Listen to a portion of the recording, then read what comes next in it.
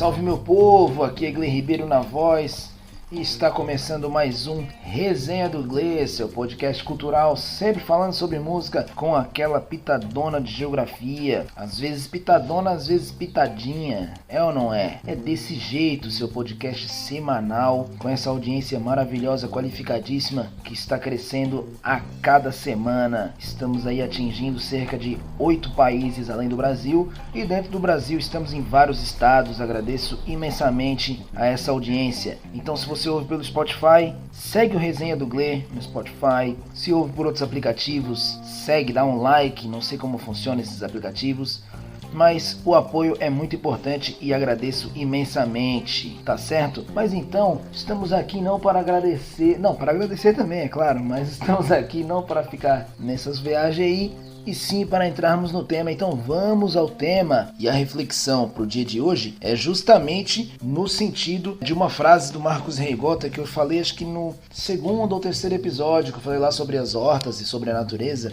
que é a clássica frase, né? Pensamento local, consequência global, e pensamento global, consequência local, né? Consequência impacto local. E é sobre essa reflexão sobre a localidade e a globalidade que por vezes aí as comunicações, a internet vem passando por impasses, né, por certos dilemas, digamos assim. Porque, dando um exemplo bem prático, assim como esse podcast, demais outras produções na internet, né, outros canais de vídeo, outros podcasts, passam pela mesma situação. Por exemplo, conforme eu agradeci no início do programa, aqui nós temos ouvintes que estão em outros países, em diversos estados do Brasil. Então, se porventura eu vier buscar um patrocínio, eu tenho muito mais viabilidade para conseguir um patrocínio de uma loja, de um restaurante local aqui em Florianópolis, mas essa propaganda não vai ser efetiva, porque não adianta nada eu fazer uma propaganda aqui, por exemplo, venha conferir as promoções aqui na Avenida Pequeno Príncipe do Campeche, mas tem pessoas que nem estão no Brasil, tem pessoas que nem estão em Santa Catarina, nem sabem onde fica a Avenida Pequeno Príncipe, então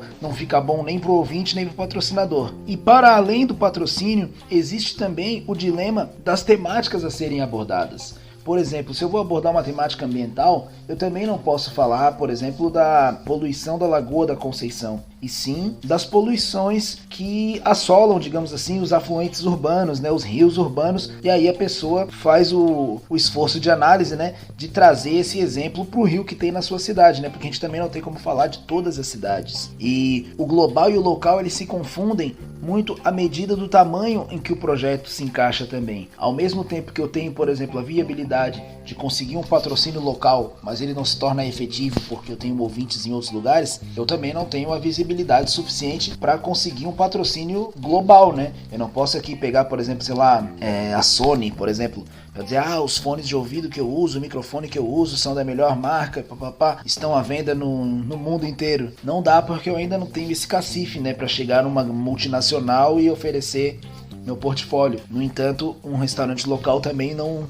contempla. Os exemplos, então, na produção de conteúdo, né, na curadoria, digamos assim, dos conteúdos, eu tento ser o mais local possível para que a gente consiga, através dessa reflexão global, eu falei local antes, né? Desculpa. Através dessa reflexão global, utilizar exemplos locais, tá certo? Fazendo então um diálogo, né? Porque veja bem, uma mensagem sendo emitida em uma escala local, né? Aqui nesse quarto aqui sendo gravado, ela se utiliza de um meio de comunicação global, que é a internet, as plataformas digitais, enfim, e chega de maneira local novamente ao ouvinte, né? Que seria o consumidor final, digamos assim, mas na verdade ainda é um meio, né? Porque as pessoas que ouvem, elas podem compartilhar com outras pessoas e dizer, ouve lá que é legal, e ouvir novamente para poder entender de novo, ouvir os outros episódios que ainda não ouviu. Então se torna um meio, e principalmente quando a pessoa passa a colocar em prática as reflexões que foram propostas, né? E aí ela joga esse final, digamos assim, mais pra frente ainda. Mas então, pra gente concluir essa parte, é muito importante que exista esse diálogo entre o local e o global, sobretudo aqui nesse exemplo que é uma produção de internet, não um podcast. Mas é necessário então a gente entender o quanto a gente não pode ignorar as duas instâncias, né? Tem que ser sempre um diálogo, nós não podemos pensar e agir somente globalmente, somente localmente. Nós somos seres sociais, somos seres sociais no sentido de sociabilidade, mas no sentido também das obrigações sociais, né? O CPF, né? Nossas prestações de contas para o governo, essas coisas todas, né? Nós estamos no ano eleitoral, então é dever do cidadão, pelo menos nós aqui cidadãos que estamos inseridos na informação, nós temos capacidade de pesquisa, que a gente compreenda o dinamismo, por exemplo, das eleições, claro, por cima, né? Não precisamos entender a fundo, mas precisamos estar a par das consequências, por exemplo, que a eleição norte-americana pode causar aqui na América Latina, os impactos que isso pode ter na geopolítica mundial, e ao mesmo tempo nós temos que ter um pensamento local, uma vez em que nós temos aqui no Brasil esse ano eleições municipais, né? Nós temos que compreender, cada um na sua cidade, quais são os projetos que estão nas candidaturas para a prefeitura, nas candidaturas para vereador, né? É necessário que a gente dê um passo à frente das gerações passadas e compreender o papel dos vereadores, né? E não o vereador enquanto um representante do bairro que faz pequenas melhorias para o bairro, né? Mas numa completude, né? No sentido das leis municipais, né? Dos projetos de leis municipais, né?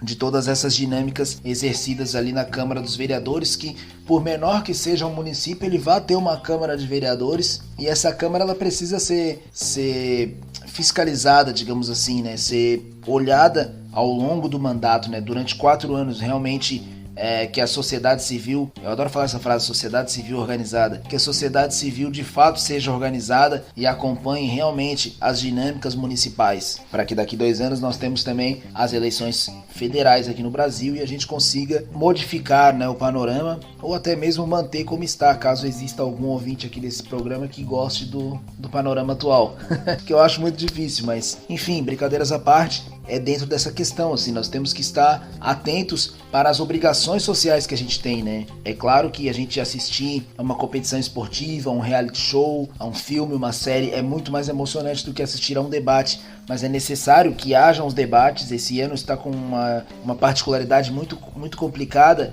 que os debates municipais estão muito fracos, né? Aqui em Florianópolis ainda não teve debate municipal televisionado.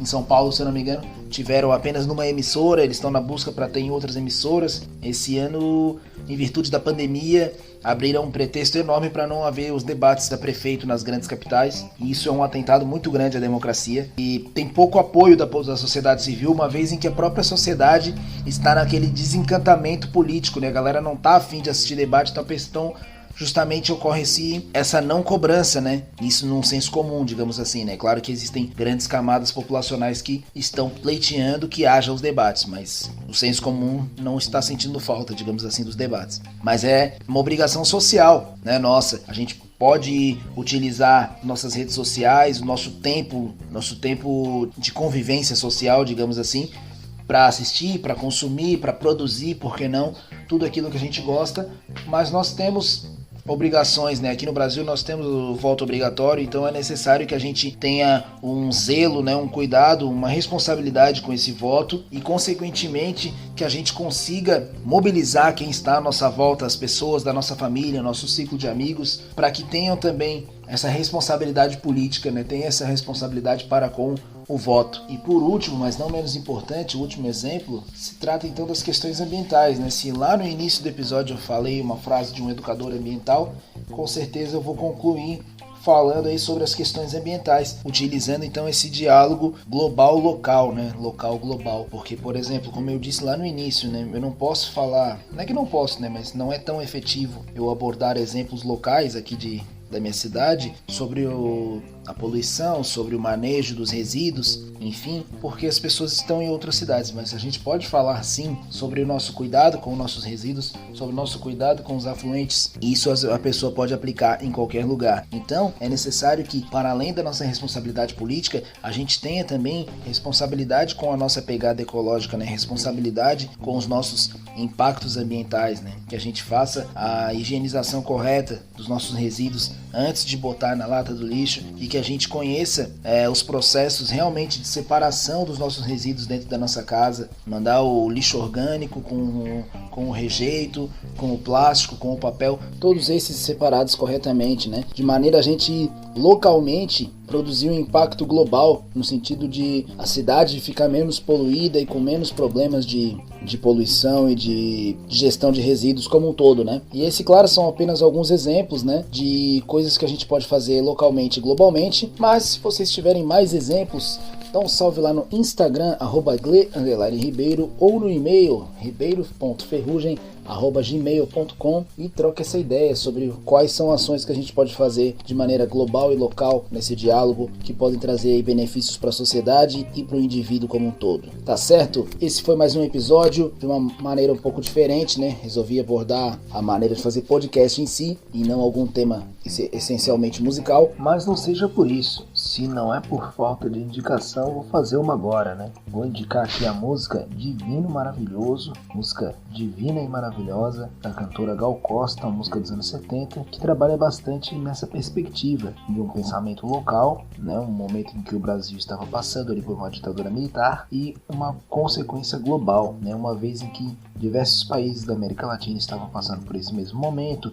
Havia na Europa também a Guerra Fria e uma série de modificações do panorama mundial, por que não? E todo o peso contestativo, digamos assim, que envolve essa canção, né? Todos os artistas da MPB naquele momento, o fato de ser uma cantora mulher, enfim, Divino Maravilhoso, de algum ano da década de 70, é a indicação de hoje aqui no Resenha do Gle, temática para esse episódio. Mas isso se aplica na música também, tudo se aplica a tudo, né, pai? Então é isso, muito obrigado.